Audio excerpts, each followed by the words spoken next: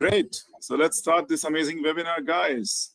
Good morning, good afternoon, good evening, which part of the world you are in, to everyone who could make their presence in this amazing high-tech industry webinar. Hope you all are having a great day today.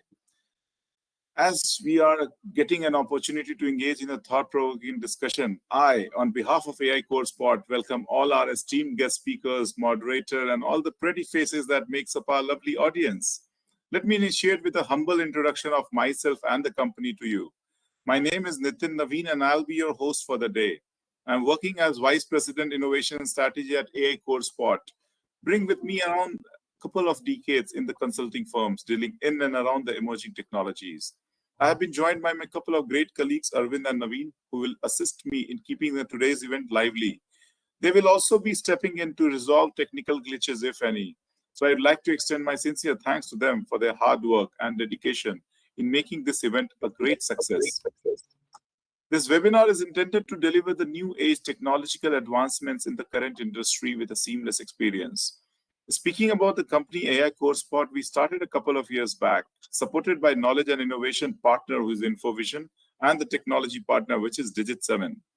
AI Core Spot aims to function as a comprehensive knowledge hub, offering valuable information and perspectives on a wide range of cutting-edge technologies around Industry 4.0, which includes generative AI, ML, deep learning, robotics, IoT, edge computing, analytics, 5G, edge AI, drone, digital twin, AR, VR, cloud, and so on. With the objective of offering an in-depth exploration of all the sectors that involve the technology, we introduce a different theme every month, and we have been progressively gaining momentum. Our goal is to become the leading AI-driven community worldwide, where individuals with similar interests like you can contribute to mutual growth and the success. We prioritize industry-backed webinars and hybrid events, ensuring that our knowledge base is updated based on the credible data provided by esteemed industry leaders, subject matter experts, thought leaders, and all our trusted partners. Further, we nurture the content through various mediums like blogs, videos, podcasts, digital content, newsletters to shed light on this ever-evolving industry. So join us today for a one-of-a-kind webinar focused on the future of high-tech, emerging trends and technologies to watch. We'll cover a range of topics which include future of autonomy in smart cities and transportation, generative AI use cases, how to reduce the cost, trusted AI aspect, and so on. Our expert panel will provide valuable insights and engage in a thought-provoking discussion that you might not want to miss. And just to let you know, there are lots more in store for the next month with a focus on different technologies. May I take this opportunity to further request all of you to go to our website, which is aicorespot.io, for future updates. We'll be delighted if you could show your love for us via likes and shares on our social media handles. It will keep you all updated on everything what we propose to offer in the coming months to follow. Now to begin with, let's start with the discussion in few pocket-sized highlights to set up the tone for this learning and networking day. If you'd like to introduce our community partners for today, it includes Parsons, InfoVision, Excella Technologies, TD SYNNEX, and Salesforce, who came together to make this webinar a success.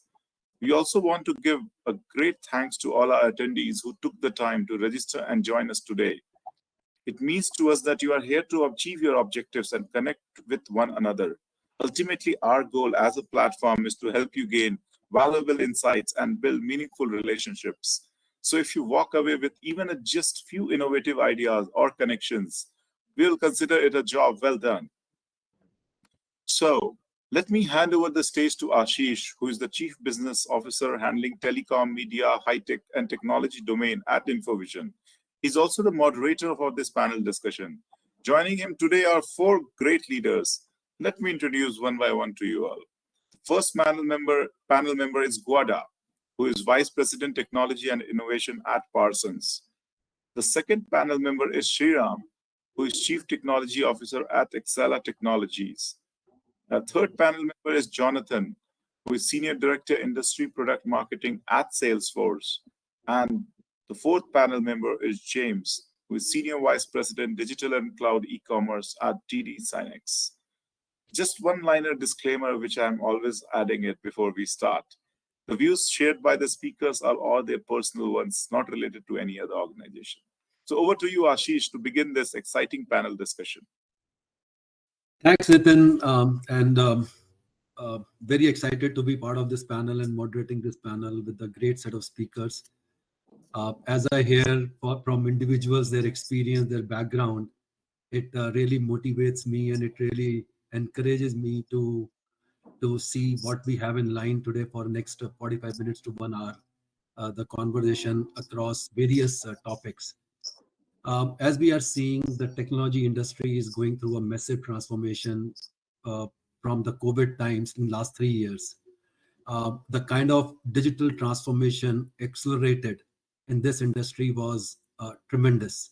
And we have seen everyone is looking at how do they really transform their business, the way they serve to their customers, the way they look at creating new business channels and new business revenue channels, and also look at the cost optimization and customer experience.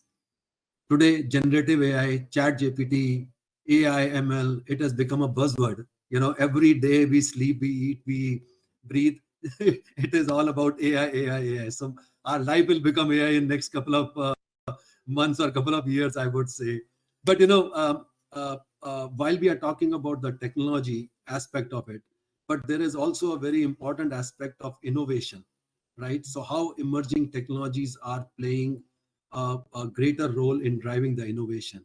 And Goda, I know you are VP Emerging Technologies and Innovation, and you have come with a great experience in working with Microsoft and driving some of their emerging areas. So to start with you have worked in the autonomous area. And what are the different examples and the perspective you would like to share with the audiences today? Oh, thank you so much, Ashish. And, it's a pleasure to be here. I do appreciate the invitation. And for the audience, it was so rich to have the interactions with here, my colleagues, where we all bring different perspectives. So it was super rich to have that. So thank you for the opportunity. And going to the question, I think that the main AI is changing everything. I don't have to say that so loud. I think everybody knows about that. And if I do a little bit of history, over the last years in Microsoft, I work in autonomous systems. And the main goal of really enabling autonomous systems to be able to operate in the real world is that you want them to operate safely, efficiently, and to do the tasks that they are there to do. Now, in order to do that, you have to first design, develop, and then train those agents that are part of your autonomous systems itself. So we use a lot simulations. And in fact, I always mention AirSim, that is one of the key product for simulations that Microsoft has. I was leading the incubation at over the last 2 years before joining Parsons. And one of the key challenges that we had is how do we ensure that you build the simulation environments that are suitable to really achieve those goals. Again, efficiency and safety of the autonomous agents operation. Super costly, super expensive, not only from the dollars perspective or euros perspective, but from the process itself. Because in order to do that, you have to first build an environment. The environment is not only a photorealistic environment, but it has to be an environment that lets the agent to work with the sensors so you can feed the algorithms with the right data, and then basically you can optimize the models to help the agent how to operate on that. And then you have to continue evolving the test before you put that in the real world. One thing is now with AI, the ability to really be able to generate these virtual worlds somehow, it's easier. You can use the Fuse models to do that, right? We see that in DALE, or we see that in other graphical AI programs today. Then the second part of that is the level of randomization that you need to incorporate in simulations in order to really replicate the dynamic environments in the real world.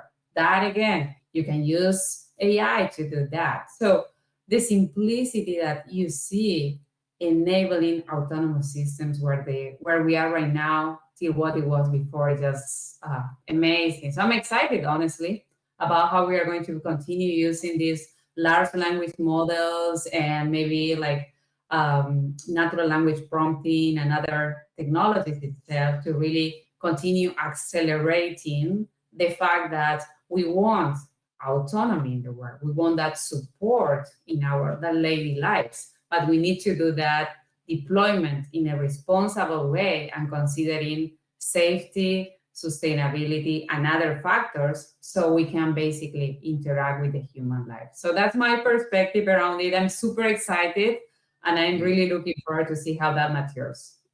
No, absolutely. And I think we will talk more on this because today, in terms of the smart cities, the IoT devices which are getting, so we will come to those topics in the later part of the discussion, and would love to hear more thoughts about you. But Shriram, I know generative AI, and you have done a lot of work in your startups and the companies which you were talking about in your introduction. So what are the different use cases on the generative AI which you are seeing and how you are applying them into your different business processes within your organization and across? Absolutely. So I think there are two initiatives that we actively have underway. I'm the global CTO, as was mentioned before, of a large technology company called Acceler Technologies. And the first initiative is to basically build a virtual agent that we surface in all of our product pages. So if you have questions about the product, you're able to get responses to those questions. And the second initiative is to internally build a framework so that different teams within the company can upload documents that are unique to them, that are in their area, for example, legal documents or financial documents, and ask questions about those documents, to help their day-to-day workflows. So one of the most important things is that we have to go invest in net new technology. For example, a vector database. It's a new technology. You always had relational databases, you always had non-relational databases, you had graph databases, and now you have vector databases, which is something you need to scale generative AI. Probably the most exciting thing to me is that in order to leverage generative AI, I don't have to, like in the old days, build and train my own models. On my LinkedIn page, I've linked to an article that tells you how to leverage generative AI without training your own models.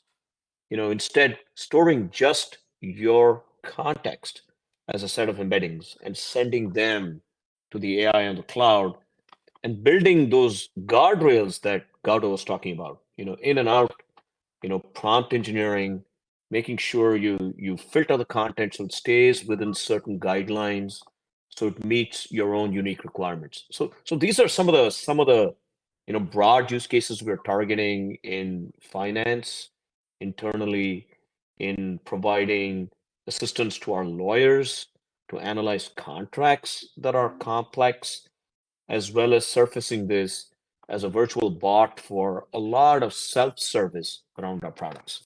So these are some of the use cases we're tactically prioritizing.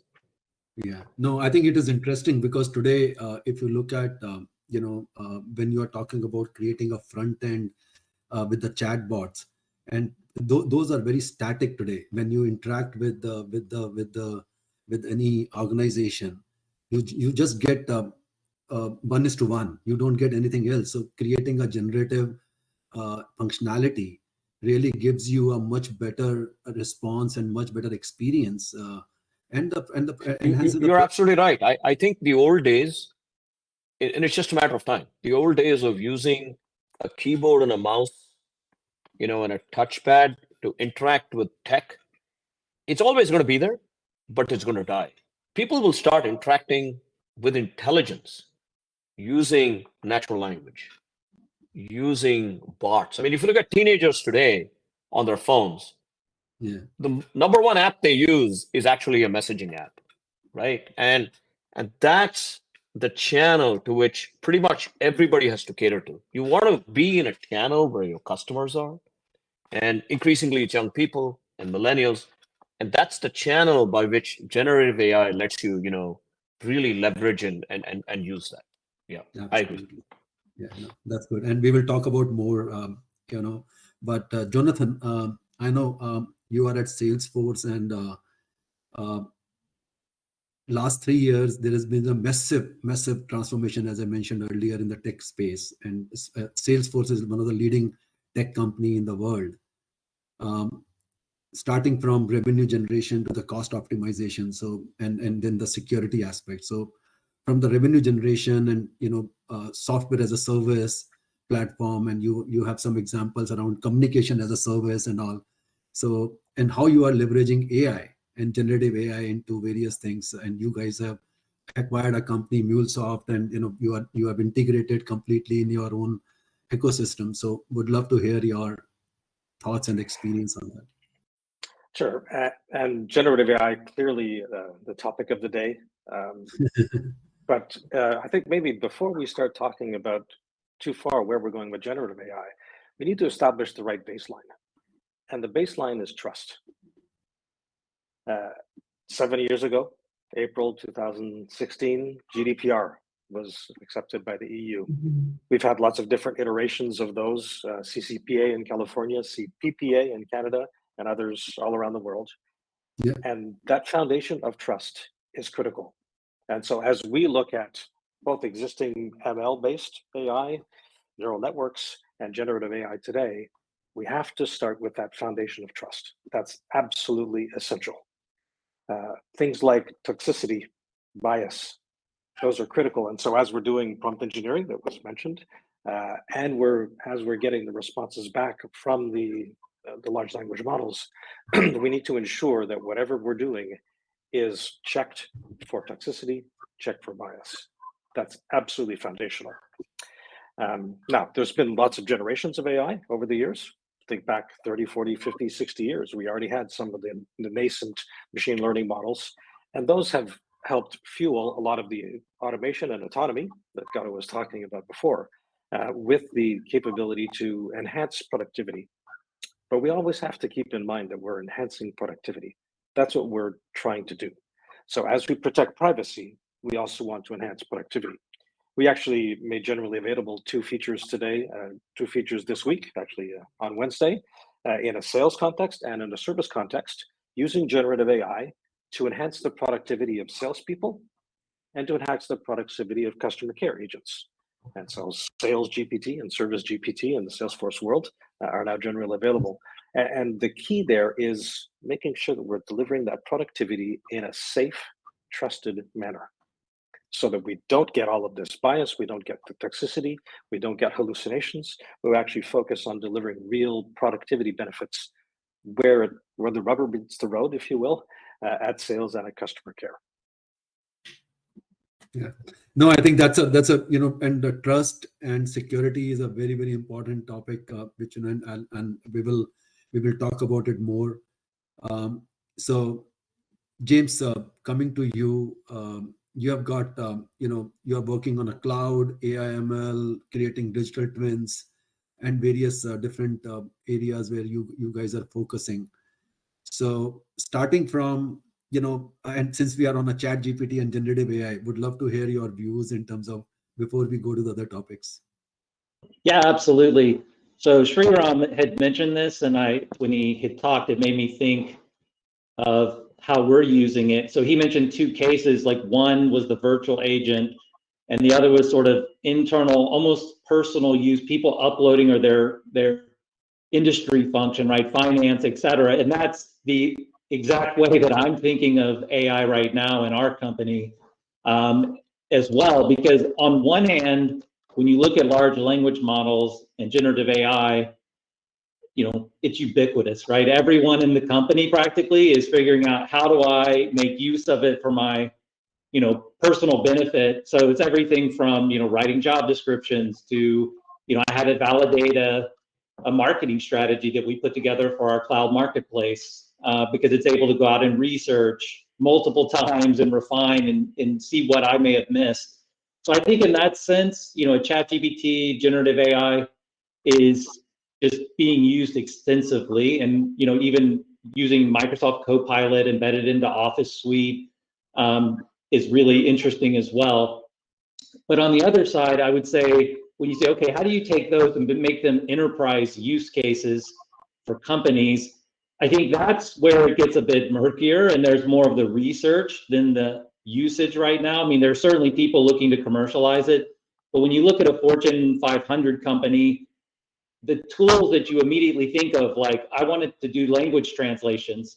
Okay, that's great, it can do it, but there's also other tools that already exist in the market that not only do that, but through like traditional machine learning models, but they're optimized. They have libraries and things that speak to tech or healthcare or other things, whereas the generative large language model is going to be more not as well trained on that, if you will, and those things don't quite exist. Or if you want to translate your code from Java to .NET, again, you can use generative AI to do that, but it's not going to be as effective as specialized tools from GitHub or other things. But we are looking at it in customer service. So I think that is a very interesting space. Microsoft has several products in this space themselves. There's a company called Nuance they purchased. We use their chat.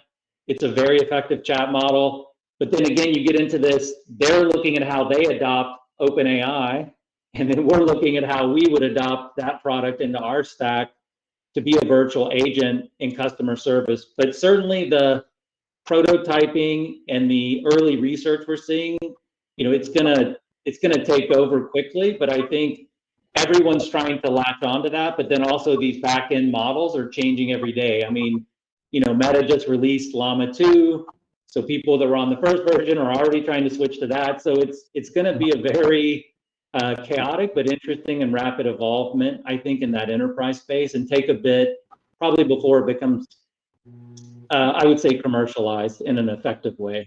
But certainly people are using it in a personal way, I think, very effectively. If I may, James, I think you touched on something really interesting there. The appropriate tool for the right use case. There are many different tools now available in the marketplace, and making sure that you're using a platform that will allow you to pick tool A or tool B or tool C, or develop your own tool.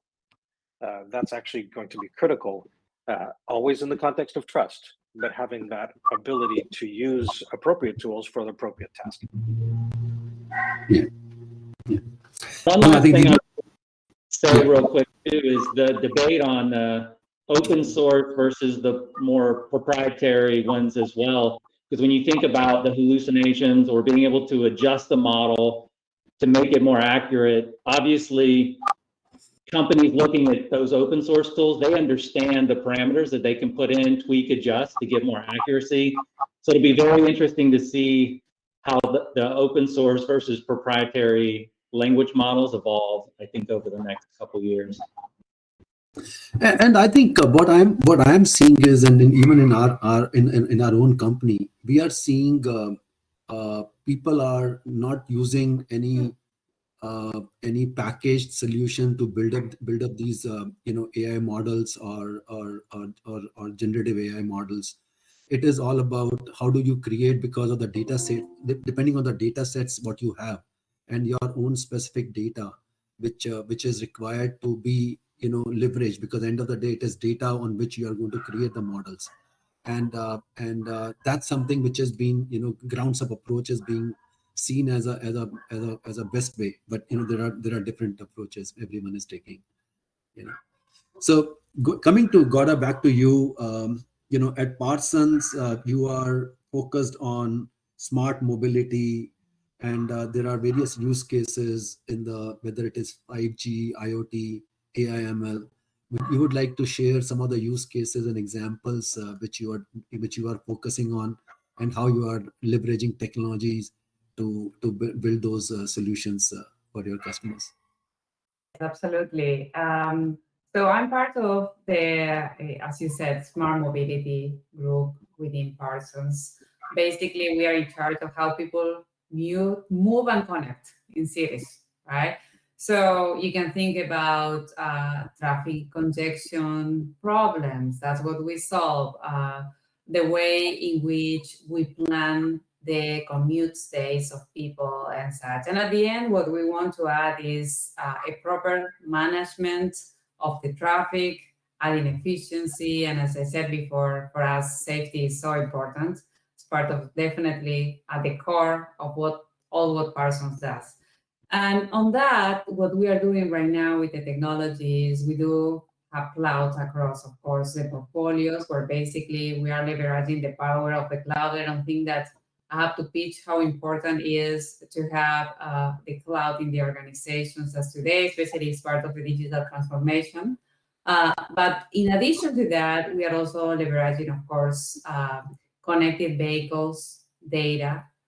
We are, for that, one of the key mechanisms is to ensure that we have the right network, communication network. This means 5G, and we're working with many partners today. And going back again to the topic of AI, we do see AI as a key component for all our decision support systems. So we can, at the end, empower the users. One of the things that I want to mention, and this is related to the conversation that was happening before, is I do consider that it's so important that we continue developing critical thinking, right? Because that's basically what will help us to do the right prompting at the end. We will have a lot of information, but the way in which we start applying this domain knowledge and critical thinking that is being created by this type of communities, communication, make sure you go to the field, you understand how things really operate, and then you are able to direct the intelligence towards making the right or giving you the right insights. I think that is so important. So what we are doing currently within the product portfolio is basically, for what it is transformation, we're ensuring that we move from intelligent to wise. Okay, so this means that we are getting information and we are being more than predictive, we are being proactive. So this means that we don't react or we don't just predict that something will happen, but we set the mechanisms in order to ensure that we can optimize, okay, and save life. At the end, we are in the business of transportation, and that is about it, right? We have to acknowledge that there are pedestrians, that you have bicycles, that you have different drivers with different categories. How do we provide the right network of transportation to help that? And how do we work with the different states and cities to ensure that we deploy these technologies and that they will have the tools, but then at the same time, helping them to really make sure that they can use that properly and that we can move, talking about ChatGPT, from more like an insight perspective to a conversational way, where we can ensure that that interaction between operators and the different stakeholders within the agencies happens more fast, and that helps us, tap again on efficiency and safety. And what was brought before, a use case that I really like, and we are testing right now, for example, just to go to one specific, is today, as you know, the workforce is being challenged. We are in a post-COVID era. Labor needs to be trained for some of the jobs that we need at the centers, at the transportation centers. So we are using ChatGPT and bots, in fact, to analyze these big manuals of documentations that will train the people to do the work. So that way we can accelerate the onboarding of the different employees. And again, giving them the right information so they can start directing the actions quick, fast, and then interact with the sensors in the field, interact with dynamic signal, intelligent intersection management, so that way we can accelerate and improve the flow of traffic transit. And that helps, again, going back to the beginning, the way in which we move and we connect and we adapt. That I think adapt at this point is a very important word to be considered to this new era. Yeah, no, I think those are very good points. In fact, one other thing which after listening to you is there is a so there are platforms today where you can capture the images.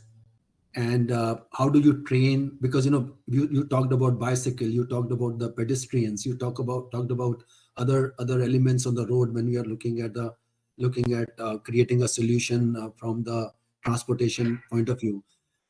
There are platforms which helps you to train train and create those models with those images, because there are multiple ways which you have to capture the images and then train the models.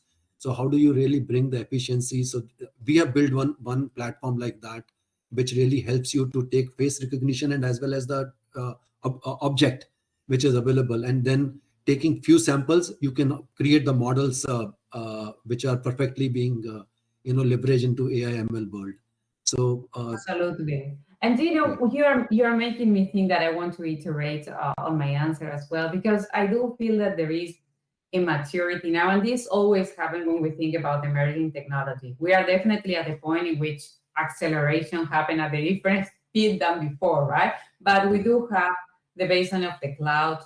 We do have the different devices deployed in the field, and our customers are conservative and have some level of disruption as well, because they know that we have problems to solve. But again, prioritization around safety is always there. So that basically brings the need to ensure that you bring mature technologies on the field. But as you go today, you see there is the baseline already there. That is the cloud, you have 5G, you have the sensors in the field, you have CCTV cameras and such. So now the role of AI to help you build this multidimensional layer that makes sense of the data. You have to build ontologies, basically, to be able to classify the data so you can act properly. And I think that that's where we are right now. It's AI is coming. We have the models in many flavors, I would say, okay? But then you have to make sure that the data is there. And again, the inputs or prompted are well set. Yes, but this is going to be, I think now we are in an acceleration point where basically there is no way back, right? We need to transform and we need to be responsible while we do that. Absolutely. No, thank you for great insights. And Shriram, I know I learned the word today, sentience, right? So, please talk about it in terms of what it means in context of AI. So some examples which you'd like to share with your team. Absolutely. So sentience is the notion that an AI can become independent in its thoughts and actions, and it's actually a pretty not a new concept, but only new in that it's being applied to technology, for the first time.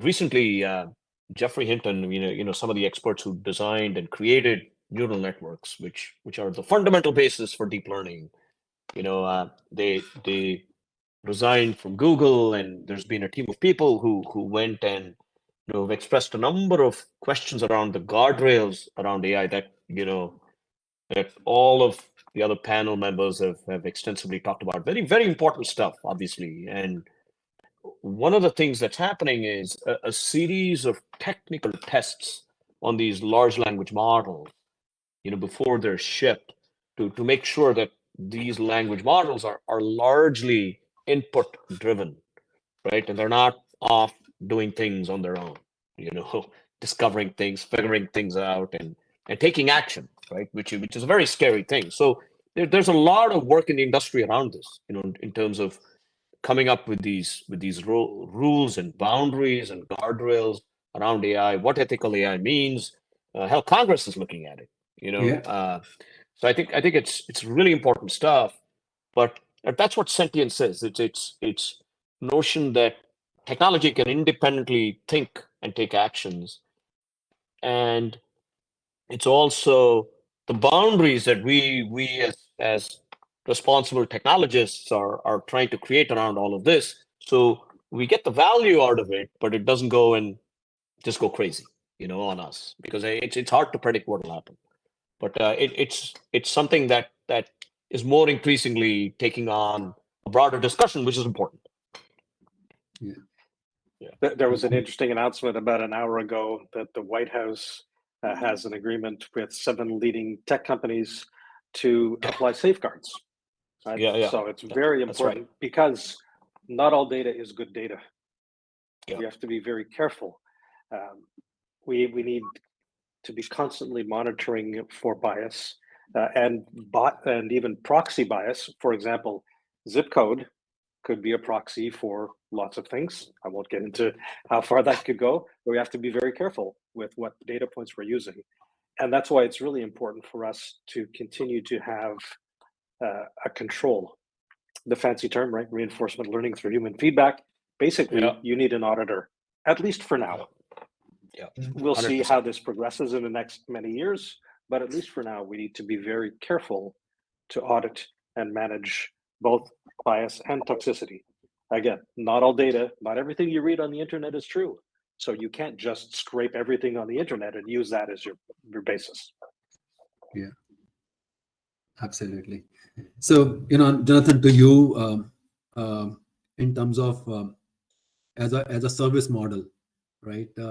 You want to share your thoughts. You guys are leading in this area, and there would be many examples you would like to share with the audiences. Sure.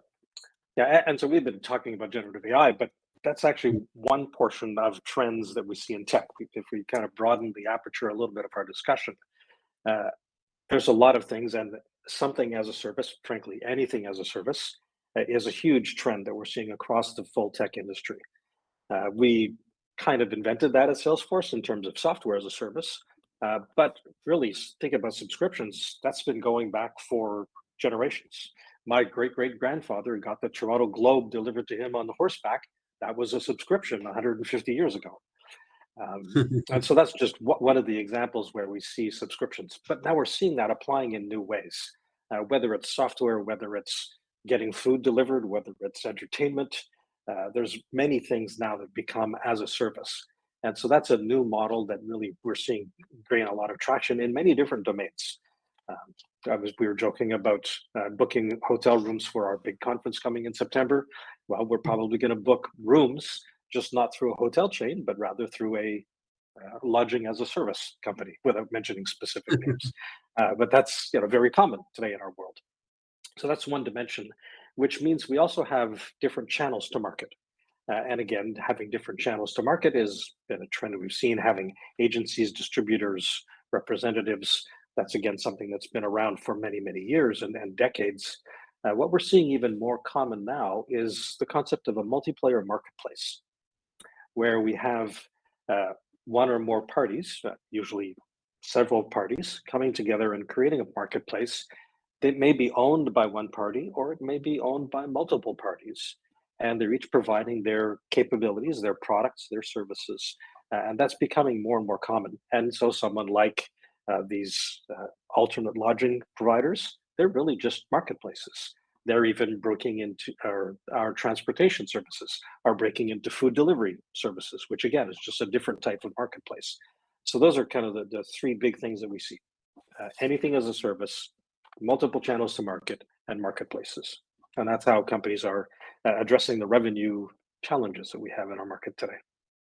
Yeah, no, I think that's a great thing. And James, to you, there are few examples which you are talking about around digital twins. You're also talking about digital marketplace and physical virtual distribution. And I know there are today, especially with the industry 4.0, digital twins are becoming more and more relevant, and there are multiple use cases which are coming in. So please share your thoughts.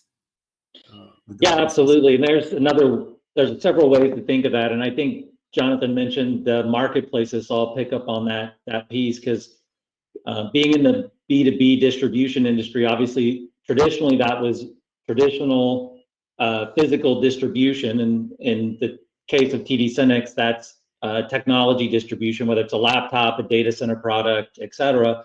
But obviously with the advent of software as a service, infrastructure as a service, that is a rapidly evolving area. And it's also a very technical area. So when you think about the complexities of not just subscription, but consumption-based models, the big vendors, the big three, if you will, Amazon, Microsoft, Google, and that cloud hosting space, with others like Oracle, Salesforce, et cetera, many of them have different models, and those models are super complex, and their product offerings are very diverse, and they're also changing them all the time. And so one of the things that TD SYNNEX is trying to do is create that cloud marketplace where our customers, often resellers, MSPs, managed service providers, and others, they want a single place to come in because they will have a multi-vendor product. So they may want something from multiple vendors. Some of it may be IaaS, some of it may be SaaS. And certainly they can do that direct. But then when you start thinking about, I want a consolidated billing, I want to be able to have dashboards that let me do my DevOps, FinOps, SecOps across these technologies. And I want simple push button deployment and lifecycle management of those. That's really where we see the market evolving. It's growing at more than 40% year over year.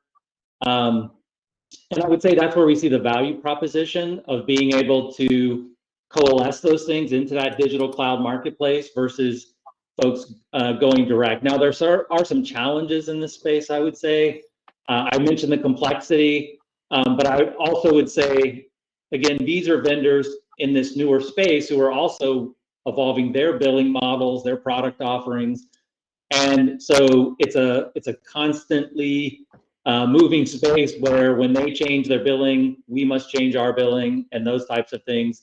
But again, we're able to abstract that from our customers, and then ultimately bringing that into a multi-channel experience where they can get that experience on the web, mobile, even interacting with us through email or social media. I think those things are very important as well in that space.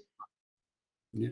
And what are the maybe one or two examples on digital twin use cases which you are seeing, James? Yeah, absolutely. So, so I would say on those, like, again, it depends. Different people use digital twins slightly differently. But I do see that as our customers are going from that physical distribution model where they used to do things like over the phone or, face-to-face with a sales rep, they really want to have that experience, but on the web. And you certainly have your traditional marketplaces, but a lot of times our customers are more technically savvy. And so they want to be able to do things like lifecycle management and other things. So it's not just a transactional e-commerce experience now versus the sales agent before. It's moving to that digital online purchase, et cetera, but also the full lifecycle management so that I don't even have to have that person there, unless I want it. And I think that's where you see the space evolving. And it's a much more complex space to be able to provide those lifecycle management capabilities. But when we say digital twin, I tend to think of moving away from not just the sales agent or the traditional transactional experience, but how do you really have that full self-service digital twin capability in the cloud marketplace, whether it be IaaS, SaaS, or other types of offerings. Sure. Thank you. And I know we have some time, 15 minutes left in the total this session. So, Gauda, to you, and this is a very interesting topic in terms of not technology, but how do you incubate innovation, right? And being an innovation leader within the organization. Corporations are incubating innovation, and there are multiple good practices which companies are using in terms of the incubation of innovation. How do you create the culture? We, in fact, at InfoVision, we drive innovation as a service we offer to our customers across various technologies, and it starts from how do you create that, incubate that culture first, and then you take it to the next level. So, would love to hear your thoughts. Yeah, no, that's such an important topic, and it's one topic that I really like because I've been working on incubations and innovation for so long at this point, and I do believe that we are at a critical stage today in every organization where that has to become part of your DNA. There is a model that is the 3 horizons models, where basically it shows the different stages in which you are going to apply the innovations that you bring. You have your current business, you have the immediate next month, next year needs, and then you have the longer horizon ahead, right? And I think that today, if companies want to differentiate, they have to start thinking not only on the immediate, but then what is coming, and then future, how do you start getting ready for that? And that having that practice in-house definitely accelerate the way in which you are going to innovate. And I think that when you consider how to stand incubations today at the company, what you said is right. Every company does it in a different way, and it also has to be with the nature of the company. Today, every company is a technology company. However, we do have technology providers, spaces, companies that are focused on a specific business, right? And I think that in both cases is different on how do you approach that. For the technology company, I don't think that is today another way to survive if you don't have an incubation practice, because you do have to test technology and you have to provide a bridge between research and then how you incorporate that to products. I think that for companies that are corporations, they have to experiment a lot on how you build what I call it future proofing. That is basically start testing technologies based on business scenarios where you can kill the idea fast because it's not feasible, or you really start incorporating all the innovation in your current solutions, in your current processes. And do you know that in addition to incubation, innovations, emerging technologies, I'm fascinated about thinking, how do we develop talent?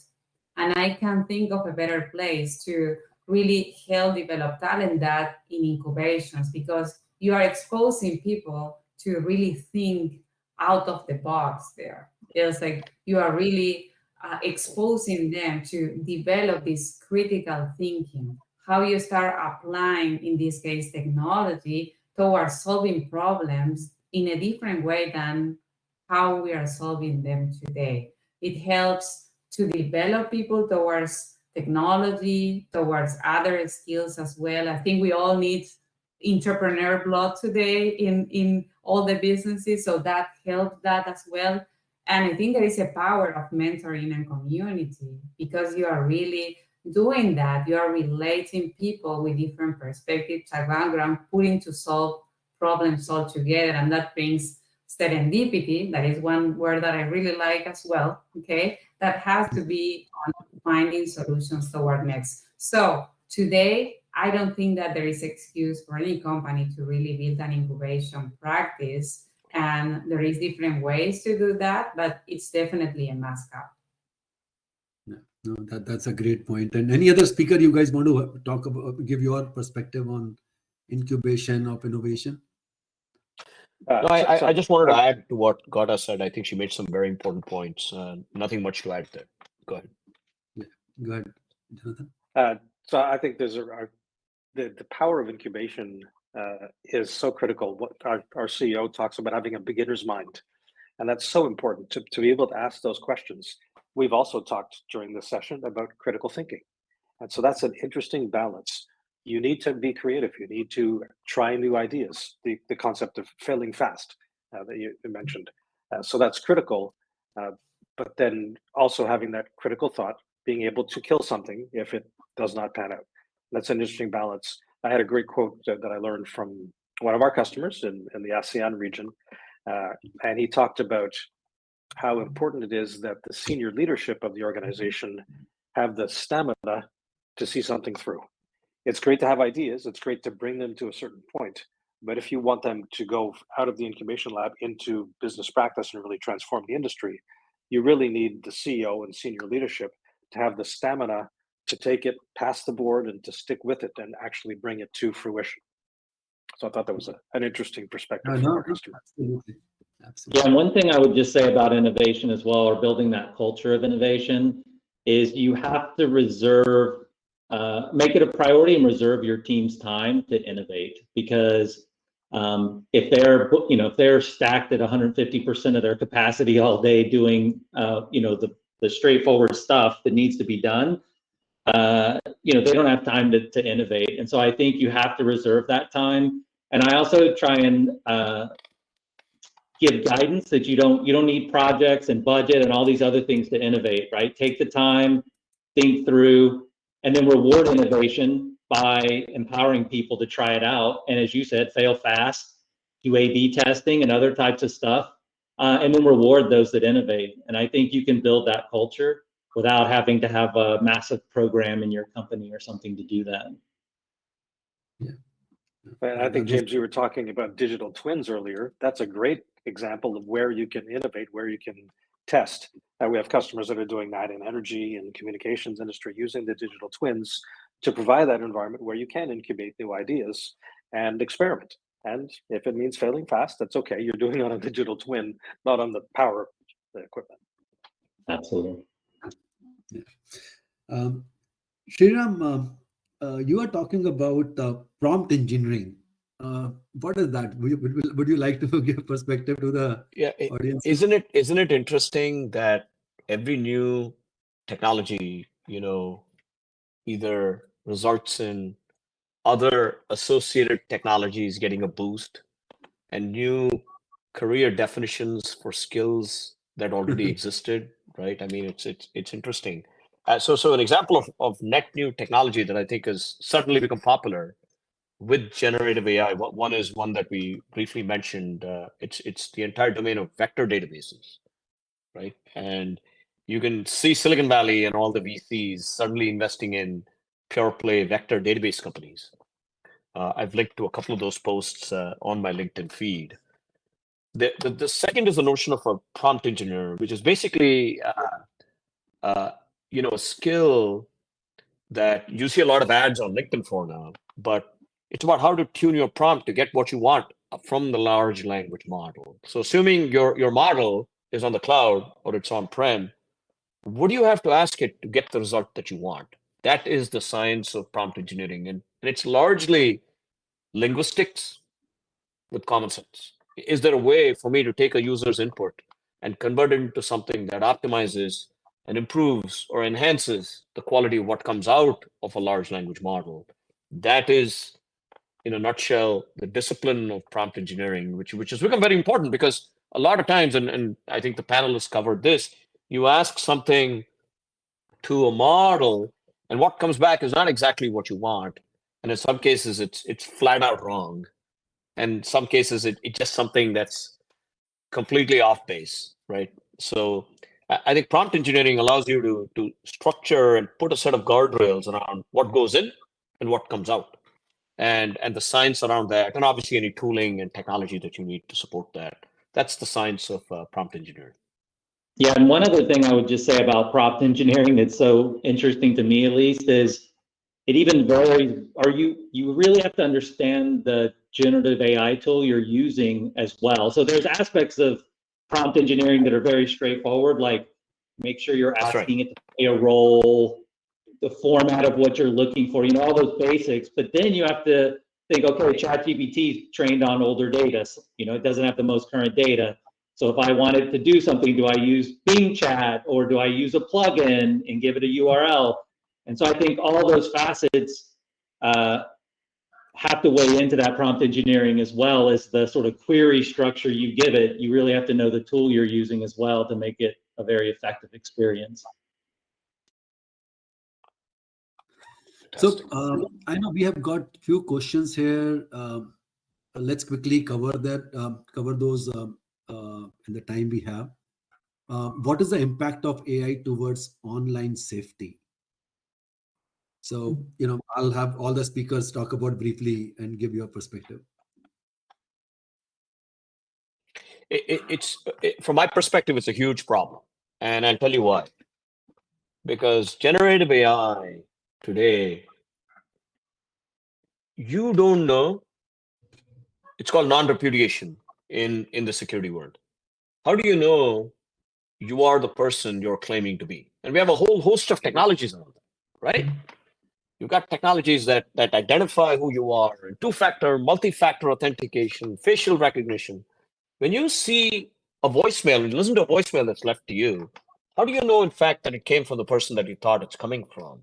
When you get an instant message, when you get a Twitter, and at the scale these social media platforms, for example, as just one case in point, are growing and they're being leveraged to influence big societal level decisions. It's actually a big problem with generative AI coming in and you not knowing, that is in fact an AI and not a human. And there's a whole new field in terms of technology of looking at an output and telling you whether it's from an AI or not. There's an entire math model around it. It's actually quite simple to do. There's a paper that's been published around it to help you use technology, but it's really it's a point in time thing. It's one-upmanship with the AI getting better and better, and these technologies, having to keep up. So it's a real genuine problem, and I don't think there are back to the entire discussion around all of the guardrails you need around this stuff. I think it's one of those open areas that I'm personally, concerned about. I will second that. I do feel that today there is no enough safety to avoid those risks that are there.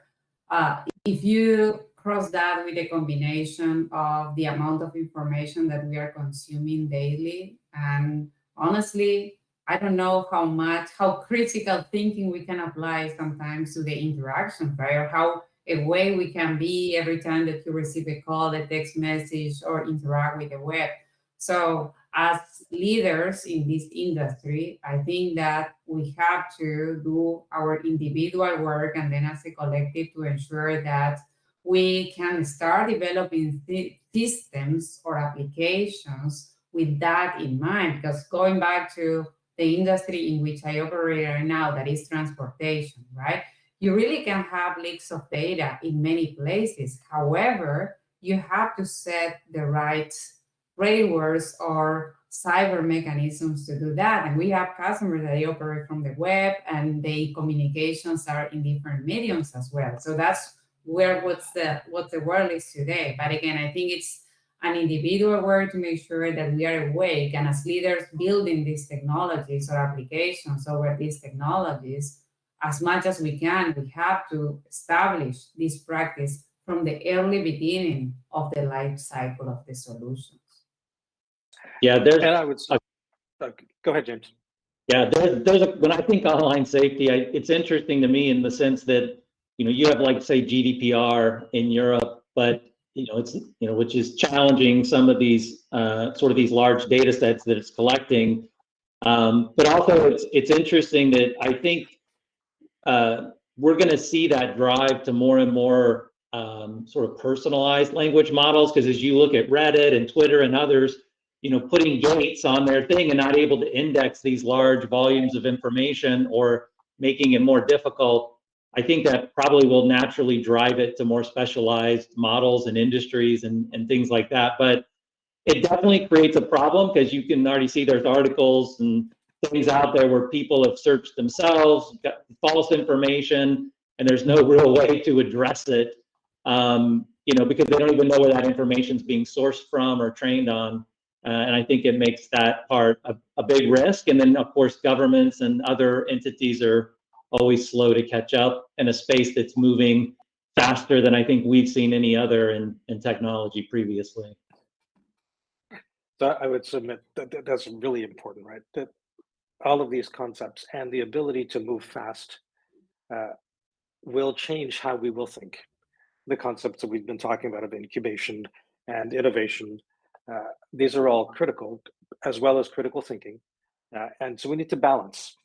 If we think back 25, 30 years ago, you would never get in a car with someone you'd never met, or you would never meet someone you just talked with on the internet. Today, we all use various car sharing service and ride sharing services, and we think that's normal. So we need to continue to evolve our thinking, but we need to do it in a clear, transparent, trusted manner. And so I'm going to come back to trust. It's clearly a key theme for our company. Trust really is the foundation, that transparency.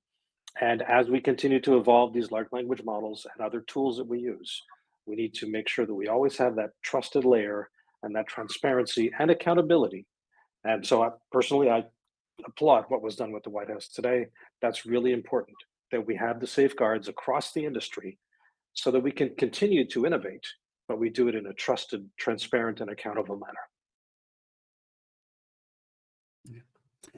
I know we are on top of the hour for this session. We have a couple of questions, but I think we have covered quite a lot in terms of how are emerging trends in artificial intelligence and machine learning reshaping industry. So you guys have given a lot of perspective and examples which you are seeing. So I think we have covered that, and also transforming the traditional business model. So, and also there is another question which is around Apple entry into generative AI and ChatGPT. So we covered a lot around that. So I think with that we have covered on the Q&A, but want to thank each of you for great insights and the great topics which you guys have brought in today. Over to you, Nitin. Thank you, Ashish, and thank you all the speakers for such an intriguing and great discussion.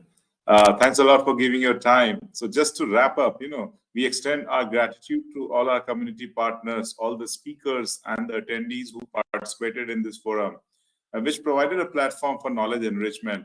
As our panel speakers were exceptional, thanks a lot for showing your willingness to come together and share the valuable insights to all the attendees. Further, any one of you feel you missed something and wish to look back at the session, let me inform you that today's event was broadcasted on the YouTube page of our company. So you all can go and see the recording anytime. And if you're looking out for recent technological updates, advancements, log on to our website and social media channels. We'll be sharing lots of knowledge sharing topics, details, announcement of next events, which will help you register and attend the same. Before we close, we would like to thank InfoVision, which is our knowledge and innovation partner, and Digit7, who is our technology partner. To understand more in depth and connect with them, all of you can go through their website, which is infovision.com, and stay updated with the technological advancements. Further, there are lots more in store for this year with a focus on emerging industries like banking, financial, insurance, telecom, high-tech, media, entertainment, retail, healthcare, supply chain, manufacturing, and so on. So I request all of you to keep connected with us and enjoy this amazing learning. It was a pleasure bringing this session to you, and we hope that you enjoyed it as much as we did. We look forward to having more sessions with you.